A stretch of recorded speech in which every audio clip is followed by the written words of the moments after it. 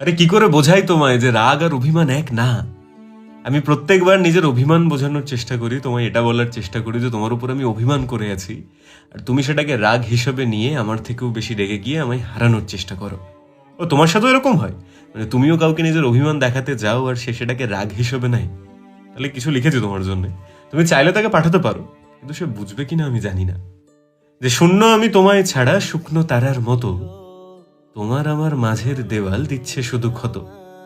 তোমার আদর যায় না পাওয়া, আমার দুচোখ কাঁদে, পাগল হয়ে হাসতে থাকি নিঠুর প্রেমের ফাঁদে। মেঘের দেশে আরজি পাঠাই, বৃষ্টি আসুক ধেয়ে, কান্না আমি লুকিয়ে নেব তোমায় দেওয়ার চেয়ে।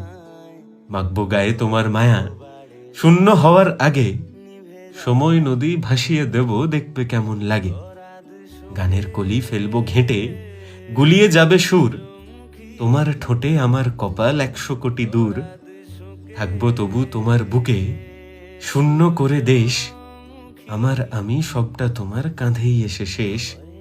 আর সেই জন্য আমি তোমার উপর অভিমান করে থাকি, রাগ না।